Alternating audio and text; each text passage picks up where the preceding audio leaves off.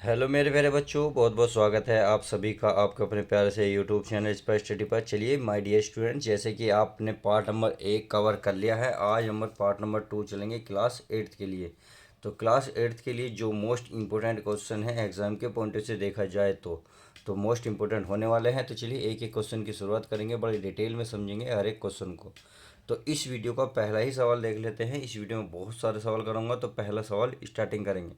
तो चलिए ऊपर वाले का नाम लेके स्टार्टिंग करते हैं। ये कह रहा है क्वेश्चन नंबर 6 है, यानी कि 1 से लेकर 5 तक पहले ही मैंने कवर कर दिए हैं। अब ये है क्वेश्चन नंबर 6 से आगे को चलेंगे। तो कह रहा किस किस दर से कोई धन 4 सही 1/2 वर्ष में 6,000 से 6,540 रुपये हो जाता है। कहने का मतलब है, देखिए कोई किस दर से, यानी कि इसने क्या पूछा, दर पूछी, रेट। यानी कि क्या पूछा, यहाँ लिखेंगे पहले हल, क्या लिखेंगे, हल। तो इसने पूछा आर किस दर से, दर को कहते हैं आर से दिखाते हैं। कोई धन है, कोई धन 4.5 वर्षों में, 4.5 का मतलब है कि ये है वर्ष, यानी कि ये है टाइम टी। तो 4.5 का मतलब है 1/2, तो 4 दूनी 8, 8 और 1 9, 9/2 वर्ष। तो ये हो गया हमारा टी, निकल गया ये। अगर मैं कहूँ जितनी ये है आपका 6,000 रुपये में इतने इतने हो जाता है। तो स्टार्टिंग क्या होता है, ये होता है पी, क्या होता है पी, यानी कि मूलधन, जिसे कहते हैं मूलधन या प्रिंसिपल, पी से दिखाते हैं प्रिंसिपल। तो ये हो गया आपका 6,000 रुपये। और ये हो गया टोटल अमाउंट, कितना हो गया अमाउंट ए। तो ए ये रुपये हो गया, तो कोमा लगा लो, या आप यहाँ लिख लो ए बराबर लिखूंगा तो कितने हो गए, 6,540 रुपये हो जाता है। यानी कि कोई धन था 6,000, 4.5 वर्षों में 6,540 रुपये हो गया। सिंपल है, इतनी सी बात है। अब क्या करना है देखिए करना कुछ नहीं है। अब यहाँ आपको आपको साधारण ब्याज निकालना है, अर्थात एस आई भी आपको नहीं पता। अब एस आई कैसे निकलेगा ये आपको पता होना चाहिए। तो एस आई का फॉर्मूला होता है ए माइनस का पी। क्या होता है, ए माइनस पी, अर्थात ए अमाउंट कितना है, टोटल टोटल है आपके पास 6,540 रुपये, ए माइनस पी, यानी कि पी कितना है 6,000 रुपये। तो चलिए 6,000 रुपये। अब इसको माइनस कर दो, तो 6,540 में 6,000 करोगे माइनस करोगे तो कितना बचेगा, 540 रुपये। क्या बचेगा आपका, ब्याज बचेगा, अर्थात एस आई बचेगा। तो हमारे पास सब कुछ आ गया। चूँकि एस आई का अब क्या फॉर्मूला होता है, ये होता है एस आई बराबर होता है पी गुणा आर गुणा टी, और बटे में होता है 100। कितना होता है 100। तो चलिए मैंने 100 लिख दिया है। अब एस आई का मान कितना है 540, पी का मान कितना है, पी का मान है 6,000, कितना है 6,000 गुणा आर का मान हमें नहीं पता क्योंकि ये तो बूझ रहा है। सही है। अब टी, टी का मान कहाँ है, देखिए टी का मान है यू, कितना है 9/2। तो 9/2, और पूरे के देखिए पूरे के बटे में कितना है 100। तो मैं 100 नीचे लिख दूँ क्योंकि ये भी नीचे है ये भी नीचे है, तो बीच में लगा दो गुणा। क्लियर। तो चलिए अब आप ध्यान से देखेंगे, एक जीरो से एक जीरो खत्म, एक जीरो से फिर एक जीरो खत्म। सही है। अब देख लेंगे, अब ये जो गुणा भाग की चीज़ है इधर ले जाओ, इधर ले जाऊँ। तो मैं एक बात बताइए, ये नीचे है तो ऊपर आएगा, यानी कि ये आ जाएगा इधर 540 गुणा 2। ये दोनों कहाँ हैं, ऊपर, क्योंकि हमें तो आर का मान चाहिए। तो इसकी गुणा में 60 है, इसकी गुणा में 9 है, तो ये कहाँ जाएंगे नीचे, यानी कि 60 गुणा 9 बराबर क्या बचेगा, आर बचेगा। क्लियर। अब देखो जीरो से जीरो कट गया। अब 6 निम कितना होता है, 6 निम 54, तो 9 11 9 11, 9 से 9 कट गया, कितना बचा 2, अर्थात 2 आर बराबर, या आर बराबर 2%। और यही इसने फाइनल बूझा है कि जो आपका दर है वो कितनी परसेंट है, तो कितनी परसेंट है 2%। इस तरीके से हमने क्वेश्चन नंबर 6 को पूरे अच्छे से कवर कर लिया है। तो चलिए अब बिना किसी देरी के नेक्स्ट क्वेश्चन देखते हैं। नेक्स्ट क्वेश्चन वेरी इंपॉर्टेंट है एग्जाम के पॉइंट ऑफ व्यू से, क्लियर करते हैं। चलिए उसे भी चेक कर लेते हैं। तो क्वेश्चन नंबर है आपका 7। ये क्वेश्चन नंबर 7 क्या कर रहा है, देखिए नेक्स्ट क्वेश्चन है, अर्थात इस वीडियो का नेक्स्ट क्वेश्चन है। अगर टोटल सवाल देखे जाए तो 6 से मैंने पहले कवर कर दिया, अब ये है क्वेश्चन नंबर 7वां। कह रहा उस बड़े से बड़े लट्ठे की लंबाई ज्ञात कीजिए जो 20 मीटर तक गुणा 20 मीटर गुणा 10 मीटर माप के कमरे में आ सके। एक बात बताइए, यदि मैं कमरा बनाने लगा, बनाना नहीं है आपको, चित्र पर एक समझाने के पर्पज से बता रहा हूँ भाई। मैं कहीं कमरा है और क्या है, उस बड़े बड़े लट की लंबाई क्या थी जो इतने माप के कमरे कहाँ से। अब एक बात बताइए, अगर लठ रखना चाहोगे तो ऐसे लंबा आएगा या फिर इस तरीके से लंबा आएगा। देखो ये आएगा, जिसको ना ये इस तरीके से अगर आप लठ रखोगे किसी कमरे में तो आप इस तरीके से सबसे बड़ा लठ रख सकते हो सबसे बड़े से बड़े कमरे में। ये ना उस बड़े से बड़े लठ की लंबाई बताइए जो इनकी सबसे बड़ा लंबा लठ इस तरीके से आएगा ना, चाहे आप कमरे में आप रख के देख लेना, तो सबसे बड़ा लठ इस प्रकार से आएगा। तो आपको यहाँ एक ट्रेंगल नज़र आएगा इस तरीके से, क्या इस तरीके से देखो ट्रेंगल नज़र। तो आपको चित्र बनाने नहीं है, केवल समझाने के पर्पज से बनाया गया। तो सबसे पहले इसमें लंबाई चौड़ाई ऊंचाई दी है किसी कमरे की, तो यहाँ लिख लेता हूँ कमरे की यहाँ लिखेंगे पहले हल, क्या लिखेंगे हल, कमरे की लंबाई, लंबाई लंबाई को दिखाते हैं हम प्यारे बच्चों एल से। एल बराबर मान लो पहला है 20 मीटर है तो 20 मीटर। अब तथा कमरे की लंबाई ऊंचाई मान लो, चलिए ऊंचाई क्या चौड़ाई मान लेता हूँ, चौड़ाई पहले लंबाई और चौड़ाई कर लेते हैं। पहले लंबाई और चौड़ाई कोई भी कुछ भी कर लो कोई दिक्कत नहीं है। चौड़ाई को दिखाते हैं 20 है यानी कि बिग, वो अगला हो गया 20 मीटर, कितना हो गया 20 मीटर। चलिए लंबाई चौड़ाई होगी, अब बची ऊंचाई, तो लिख सकते हैं कमरे की ऊंचाई। तो चलिए ऊंचाई को दिखाते हैं एच, और एच बराबर देखा 10 मीटर। अब हमें ये किस रूप में दिखा है ना, एक विकर्ण के रूप में, क्योंकि एक विकर्ण के रूप में ही आप लठ लंबा से लंबा रख सकते हो। तो यहाँ लिखेंगे बड़े से बड़े लठ की लंबाई, तो यहाँ लिख रहा हूँ मैं से बड़े बड़े से बड़े लठ लट्ठे या लट्ठे की लंबाई, क्या लंबाई। तो इसका फॉर्मूला क्या बनेगा, इसका फॉर्मूला होगा अंडर रूट में बनेगा l square plus b square plus h square, यानी कि यहाँ लिख रहा हूँ मैं l square plus b square plus h square. सही है, ये मैंने लिख दिया है। अब क्या करेंगे, इसमें इसके मान रख लेंगे। तो चलिए एल का मान क्या है भाई, एल का मान देख लूँगी कितना है 20, तो मैं 20 का वर्ग रख लूँ, 20 घात 2 है तो 2, प्लस है तो प्लस, यहाँ बी का मान कितना है 20, तो चलिए 20 घात 2 है तो 2, प्लस यहाँ है एच का मान कितना है 10, तो चलिए 10 का वर्ग। क्लियर। अब देखो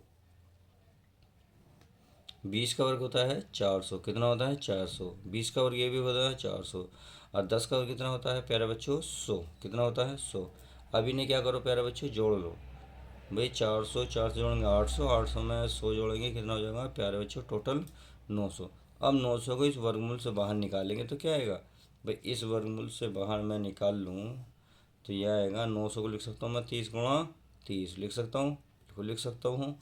अब 30 × 30 का मतलब है ये मिल गया हमें जोड़े से एक जोड़ा बाहर आएगा, यानी कि एक कोई सा भी 30 याद है पहले निकाल लो दूसरा, क्योंकि दोनों सेम है तो एक आएगा केवल 30।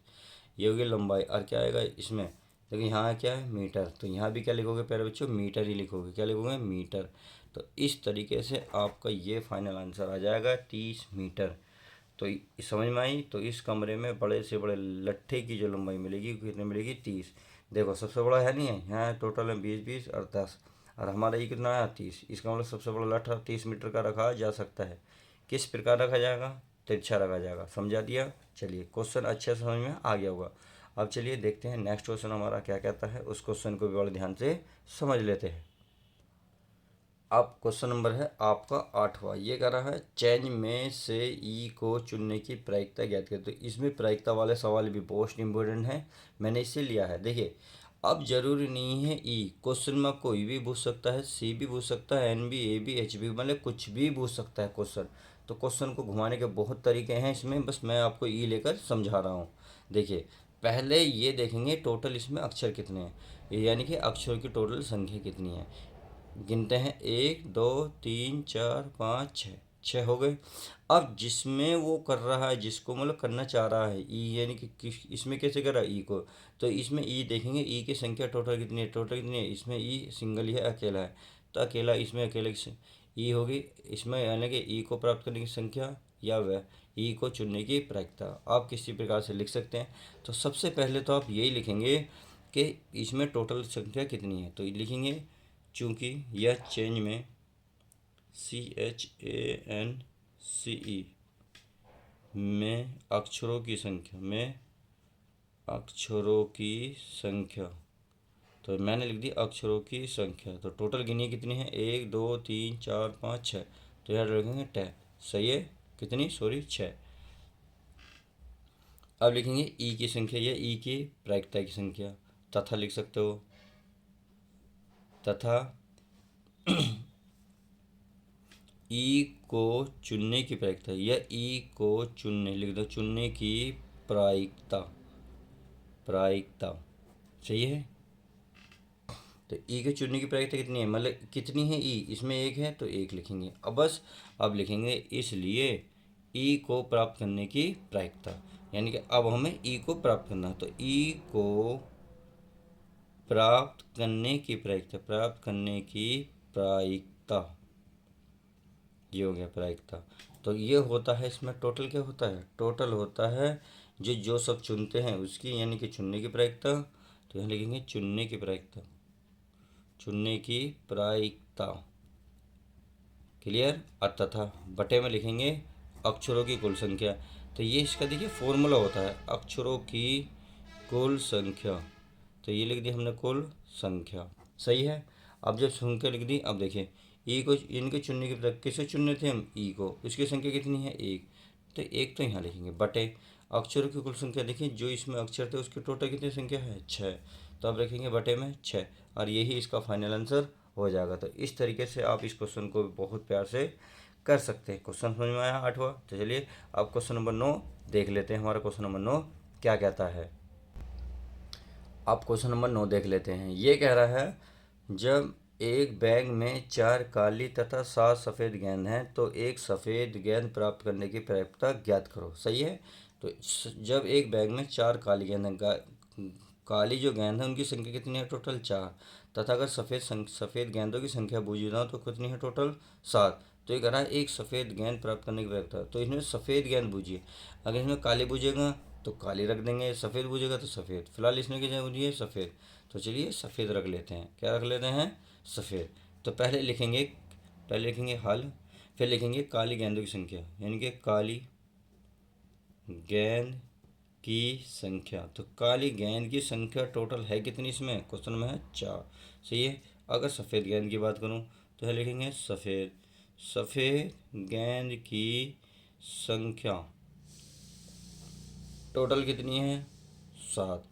अगर मैं अब इनकी दोनों की कुल बात करूँगी, कुल गेंदों की संख्या कितनी हुई, तो लिखेंगे कुल गेंदों की संख्या, कुल गेंदों की संख्या।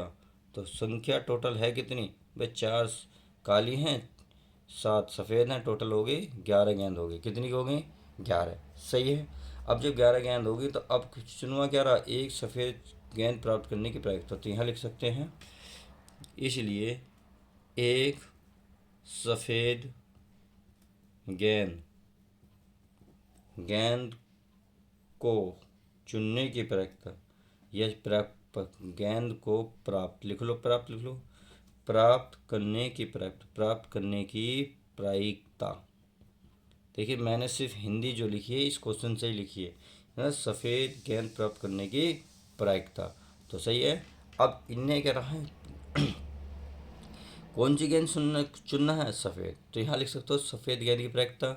तो लिख सकते हो सफ़ेद गेंद की प्रायिकता। तो चलिए ये मैंने लिख दिया है प्रायिकता। सही है।